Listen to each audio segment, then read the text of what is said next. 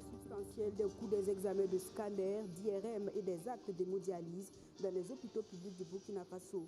Des baisses allant de 50 à 60%. Le gouvernement de transition, qui entérine ainsi la baisse significative des tarifs de ces examens, veut permettre à tous les Burkinabés d'avoir un accès équitable à des services et soins de santé de qualité. Et puis, cela fait 96 heures que le jeûne musulman a débuté au Burkina Faso. Si pour certains, le ramadan est une période de recueillement, pour d'autres, c'est aussi une occasion de faire de bonnes affaires. Les prix des denrées privilégiées pendant la rupture du jeûne, comme le sucre, l'huile ou encore les dattes, connaissent déjà une augmentation par endroit. Face à la situation, des initiatives voient le jour afin de permettre aux fidèles musulmans de jeûner dans la sérénité. Quelles sont ces initiatives? Éléments de réponse dans ce journal. Voilà pour les grandes lignes de ce 13h. Soyez les bienvenus sur BF1. À compter d'avril 2024, les coûts des examens de scanner, d'IRM et d'actes d'hémodialyse vont connaître une baisse significative dans les hôpitaux publics du Burkina. Ainsi, les examens de scanner et d'IRM, par exemple, passent respectivement de 50 000 à 25 000 francs CFA et de 100 000 à 40 000 francs CFA. L'information a été donnée hier au cours de l'hebdomadaire Conseil des ministres. Ces décisions répondent à la volonté du chef de l'État d'offrir des services et soins de qualité à tous les Burkinabés. Plus de précisions avec le ministre en charge de la Santé, Lucien Robert Kagougou, que nous écoutons. Au titre du ministère de la Santé et de l'Hygiène publique, nous avons fait une communication orale relative à une nouvelle tarification des examens de scanner, d'IRM et des actes d'hémodialyse. Et au terme de cette communication orale, le Conseil a entériné une baisse drastique, significative des tarifs de ces examens, de ces actes d'hémodialyse. Pour ce qui concerne les examens de scanner, actuellement, le tarif moyen s'établit à 50 000 francs dans les hôpitaux publics. À partir de fin avril, désormais, la tarification va être de 25 000 francs CFA, soit une réduction de 50%, quelle que soit la localisation, quels que soient les coûts, quelle que soit la technique. Pour ce qui concerne les examens d'IRM, actuellement, le tarif moyen au niveau de nos hôpitaux publics s'établit à 100 000 francs. À partir de fin avril, cette tarification va s'établir à 40 000 francs, soit une réduction de 60%. Alors, pour ce qui concerne les actes d'hémodialyse, actuellement au Burkina, si vous voulez être impliqué, intégré dans la file active pour bénéficier d'hémodialyse, vous devez payer une caution à vie de 500 000 francs CFA. Le Conseil a décidé de supprimer purement et simplement cette caution de 500 000 francs. Donc, dorénavant, à partir de fin avril, les patients en besoin d'hémodialyse n'auront plus à débourser un seul franc CFA pour être intégrés dans la file pour l'hémodialyse. Alors, lorsque vous êtes en dialyse, vous devez faire des séances hebdomadaires, en moyenne 3. Pour ceci, ça reste gratuit. Et lorsque vous faites une insuffisance rénale aiguë et que vous êtes en besoin de faire une hémodialyse aiguë, actuellement, la séance ressort autour de 15 000 francs. Le Conseil a décidé de ramener cette tarification à 2 500 francs CFA, soit une baisse de 80% à partir de fin avril. Cette baisse drastique rentre en droite ligne de la vision du chef de l'État, portée par le gouvernement, qui veut que le Burkinabé lambda puisse avoir un accès équitable à des services et soins de qualité. Tout comme au ministère en charge de la Santé, d'importantes décisions ont été prises également au département en charge de la fonction publique. Le Conseil des ministres de ce mercredi a adopté 3 décrets relatifs à la gestion des ressources humaines et à la création d'emplois. Pour cette année 2024, le gouvernement de transition a autorisé pour un début l'ouverture de 5 634 postes à pourvoir. Plus d'explications avec Basson Mabazié, ministre en charge de la fonction publique. Les concours professionnels ont été lancés depuis le 24 janvier 2024, au niveau desquels on a procédé au lancement de 4 534 postes à recruter. Et il restait la phase des concours directs. Au niveau de ces concours directs cette année, à travers la mise en œuvre d'un certain nombre de mesures, parmi lesquelles il y a le fonctionnement efficient du SIGAS-PE, à savoir la mise en œuvre de façon efficace de l'ensemble des agents qui se retrouvent sur le SIGAS-PE pour pouvoir déterminer avec exactitude le nombre des agents de la fonction publique. Il y a également la mise en œuvre des fiches de tâches. Il y a aussi d'autres paramètres de recensement que nous avons mis en œuvre pour pouvoir maîtriser de façon véritable l'ensemble des agents de la fonction publique. Donc cette année, on va démarrer avec 5 364 postes à pourvoir parce que toutes les études n'étant pas finalisées, au fur et à mesure que nous avançons, en fonction des priorités dégagées par le gouvernement, on peut décider d'un recrutement spécifique dans tel et tel secteur pour compléter. Il y a aussi à préciser qu'en dehors des concours directs, l'État est disposé à recenser l'ensemble des étudiants qui sont sur les sites de production agricole pour leur permettre de s'installer d'eux-mêmes. L'État également va envisager le recrutement d'un certain nombre de milliers de jeunes pour les former en entrepreneuriat dans des domaines très bien précis et les accompagner pour leur installation. La deuxième séquence concerne le ministère de la Santé où, après analyse, nous avons constaté qu'il y a des domaines qui sont totalement dépourvus de ressources humaines. Quand nous prenons les médecins, chirurgiens généralistes ou chirurgiens pédiatriques, nous avons fait le constat que ce sont des domaines qui ne sont pas étoffés, qui ne sont pas fournis. Donc le Conseil des ministres a autorisé, à partir d'aujourd'hui, le recrutement de 50 spécialistes à former par an. Donc 30 chirurgie générale et 20 chirurgie pédiatrique. Et en plus de cela, le dernier élément, c'est la création d'un emploi au niveau cadastral. Et cet emploi va permettre d'avoir 3 catégories, à savoir les techniciens de cadastre, les ingénieurs de cadastre, et nous allons également avoir les inspecteurs de cadastre. Donc ce sont des gens qui seront reliés en termes d'emploi au niveau du ministère de l'économie et des finances. Dans l'actualité également, après la sortie du chef de l'État le 8 mars dernier à Tenkodogo, où il pointait du doigt certains agents indélicats du ministère en charge de l'économie et des finances, la pilule a du mal à passer chez des corps intermédiaires. Ces derniers se sont fendus d'un long communiqué en guise de réprobation, communiqué dans lequel on pouvait lire, je cite, « Non, Monsieur le Président, les agents des régies financières ne sont pas responsables des défaillances techniques au sein de leurs services ». Fin de citation.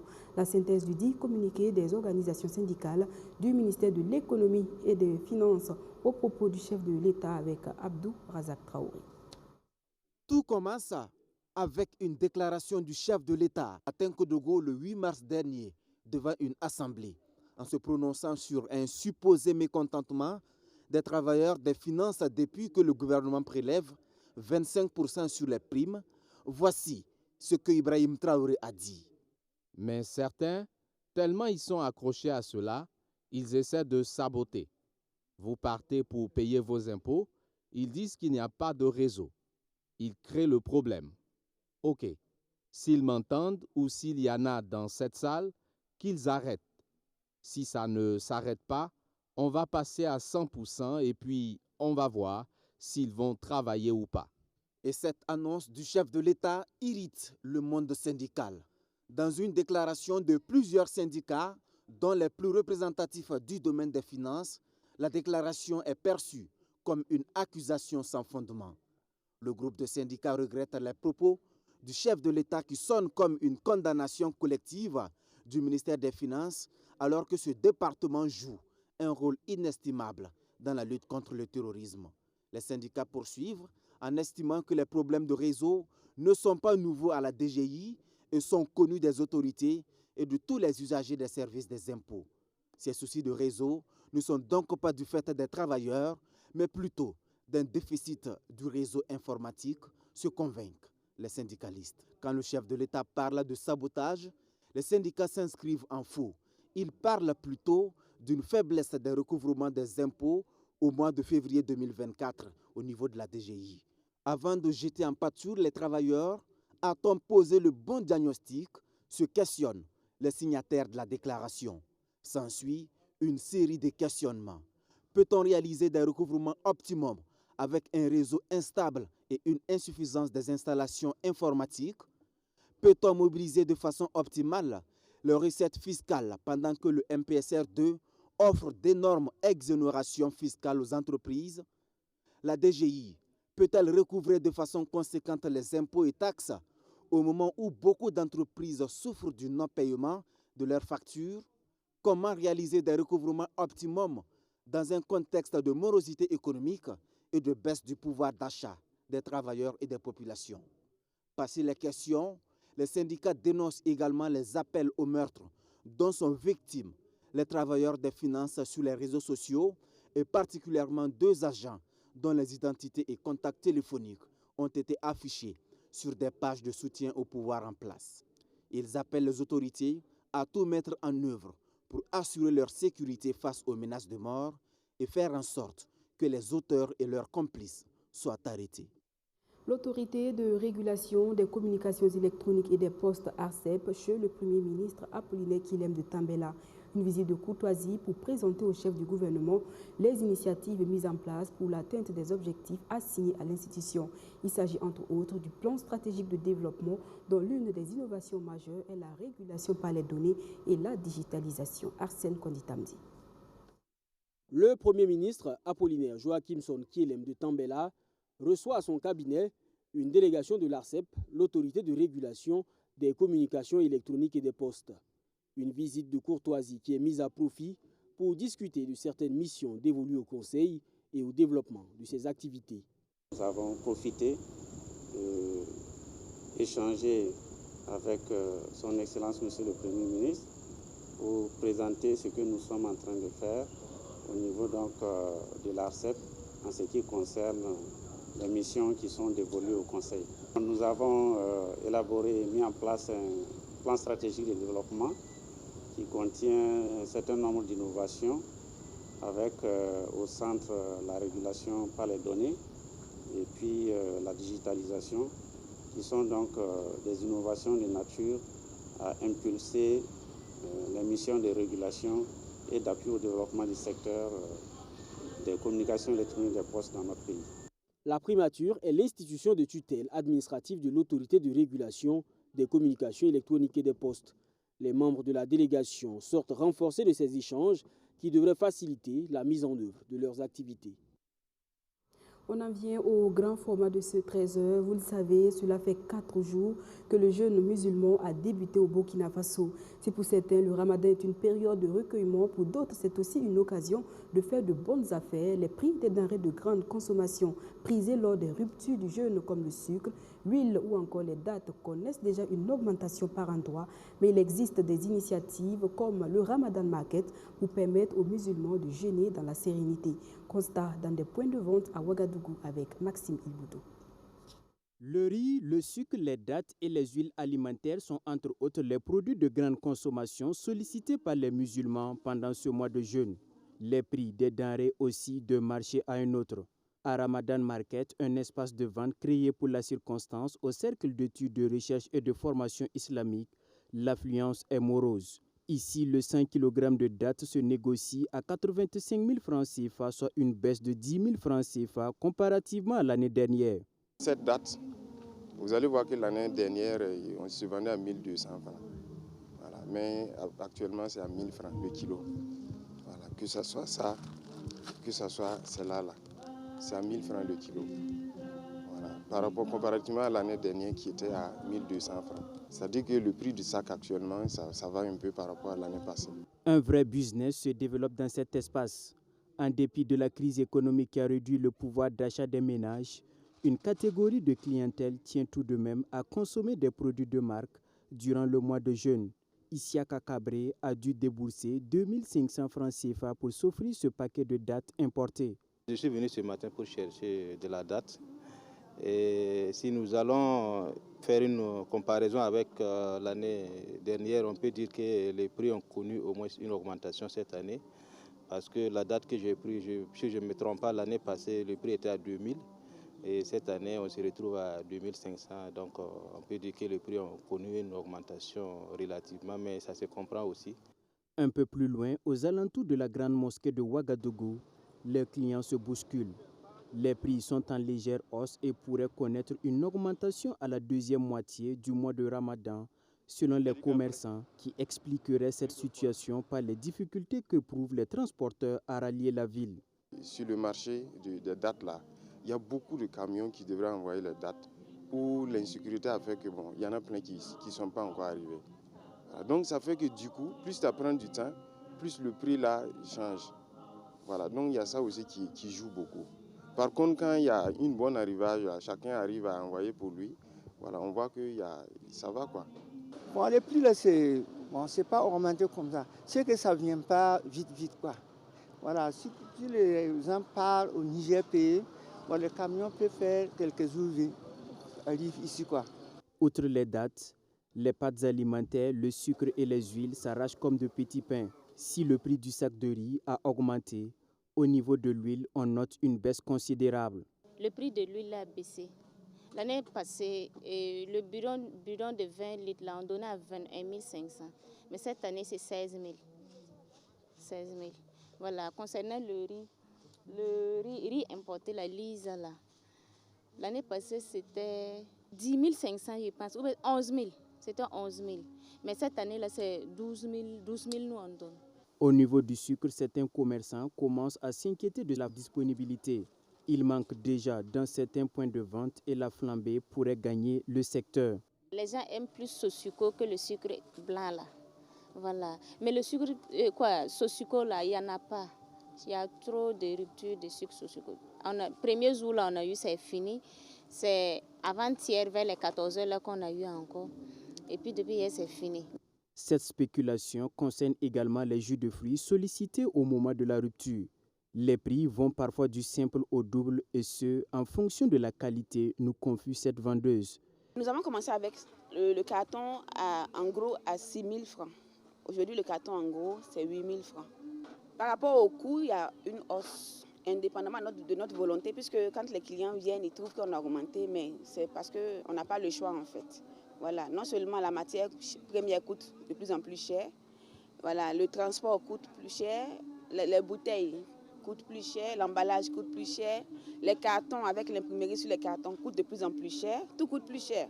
Donc on est obligé de répercuter aussi certains coûts sur, quitte à baisser même nos bénéfices, on répercute certains coûts sur le produit fini en fait. Afin de permettre aux musulmans de vivre sereinement leur foi, des foires dénommées Ramadan Market sont initiées. L'idée est de permettre aux fidèles musulmans de faire le marché à moindre coût durant le mois de jeûne. C'est devenu une tradition. L'association des anciens promotionnaires du lycée provincial de Dédougou récompense chaque année les meilleurs élèves qui se sont distingués au cours de l'année scolaire écoulée. Cette année, ils sont 12 élèves de la 6e à la terminale à voir leur mérite reconnu lors de la 4e édition des Journées de l'excellence de la APLP. Parmi les lauréats, Lassane Soré, nouveau bachelier, avec une histoire assez particulière que nous raconte Luc Pacbelgen. Non satisfait de son bac C obtenu avec mention passable, il repasse le bac en changeant de série et obtient la mention assez bien pour réaliser son rêve, étudier la médecine. Lassane Soré, étudiant à l'Institut national des sciences de la santé de l'université Nazi Boni, est cet élève-là qui a fait parler de lui au lycée provincial de Dédougou avec ses 2 bacs C et D obtenus avec 14,96 de moyenne. Après l'obtention de notre BPC, on a été affecté au lycée scientifique où nous avons passé un séjour de 3 ans et puis on a été sanctionné avec un bac C.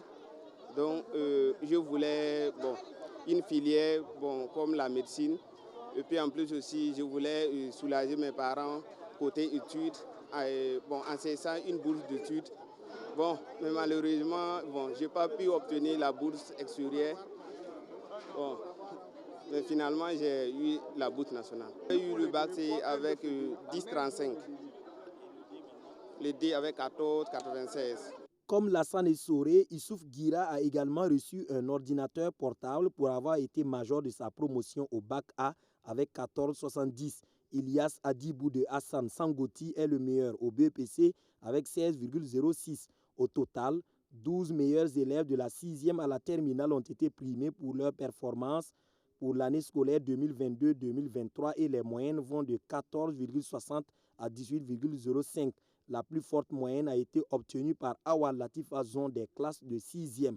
L'APLPD, l'association des anciens promotionnaires du lycée provincial de Dédougou, a encore tenu le pari de l'organisation de sa journée d'excellence malgré la difficulté de mobilisation de fonds constitués de cotisations de ses membres, à savoir ceux du lycée provincial de Dédougou de la promotion 1990 à 2010. Cette association compte sur ses propres forces pour organiser l'activité.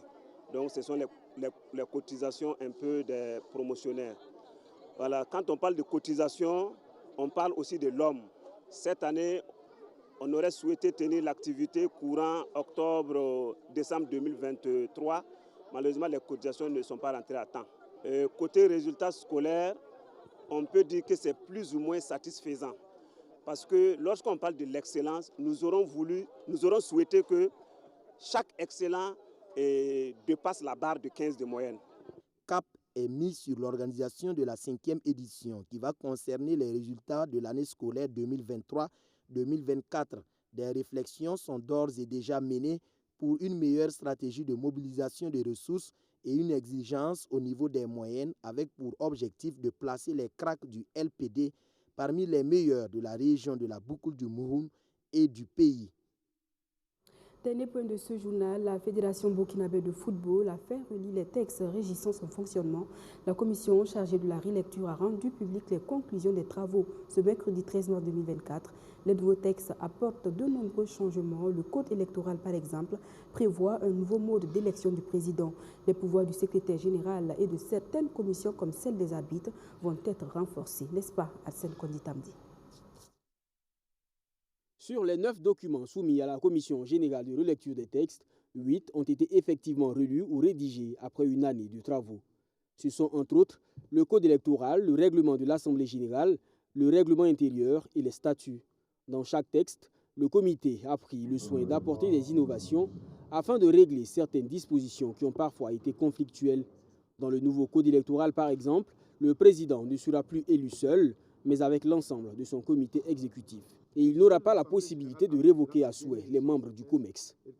Parce que vous savez, malheureusement dans le football, il y a aussi la politique. Donc il y a beaucoup de camps. De sorte que lorsque le président était élu, il avait la possibilité donc de faire des concertations, des consultations et de faire donc un comité exécutif élargi. Mais nous avons constaté qu'avec ce système, il y avait beaucoup d'obstacles dans le fonctionnement de la fédération. Mais maintenant, il vient avec une liste de 21 personnes. Donc ces 21 personnes sont supposées se connaître, travailler ensemble. Et l'objectif étant donc de mettre une certaine cohésion dans le comité exécutif pour que les actions que ce comité-là mène puissent profiter donc au football burkinabé. Parmi les 8 nouveaux textes, 4 doivent impérativement être adoptés par l'Assemblée générale. Avant la prochaine AG, le président Lazare Bansé appelle les acteurs à faire preuve de sagesse pour éviter une énième crise qui pourrait faire basculer la FBF sous le giron d'un comité de normalisation. Si ces textes deviennent source de problèmes, l'élection de 2024, notamment celui d'août, n'aura pas lieu. Pas par la faute du président que je suis, et la présidence de la fédération va s'éloigner pour eux pour 3 ans, je dirais même pour 4 ans. Parce qu'il serait dommage qu'on en arrive à un comité de normalisation, ce qui concerne le Burkina. Donc, il faudrait que nous fassions preuve de sagesse. Comme autre innovation prévue par les nouveaux textes, on peut citer l'élargissement des pouvoirs du secrétaire général, le renforcement du pouvoir et du fonctionnement du département de l'arbitrage et la séparation des prérogatives du président et celles du comité exécutif. Nous avons introduit également de nouveaux membres avec l'arrivée donc des groupements d'intérêt, la création d'un cabinet au profit du président de la fédération, l'apparition de nouvelles appellations telles que les associations, les sociétés sportives ou les clubs pour tenir compte de l'orientation du ministère des Sports, le relèvement des frais d'affiliation à 500 000 francs CFA, le nombre de délégués à l'Assemblée nationale, à l'Assemblée générale, la revue des voix des membres à l'Assemblée générale, la police donc à l'Assemblée générale assortie donc de sanctions, la création d'une véritable chambre de résolution des litiges, à l'image donc de la procédure en matière de conflit de travail. Les travaux de la commission ont également permis de doter la FBF de nouveaux règlements intérieurs. Pour parvenir à ces résultats, la commission s'est inspirée des textes des fédérations sœurs du Maroc, du Mali, de la Côte d'Ivoire et du Cameroun. C'est la fin de ce journal. Merci de nous avoir suivis. On se retrouve demain pour un nouveau journal. Mais en attendant, n'oubliez pas de prendre soin de vous et de vos rêves.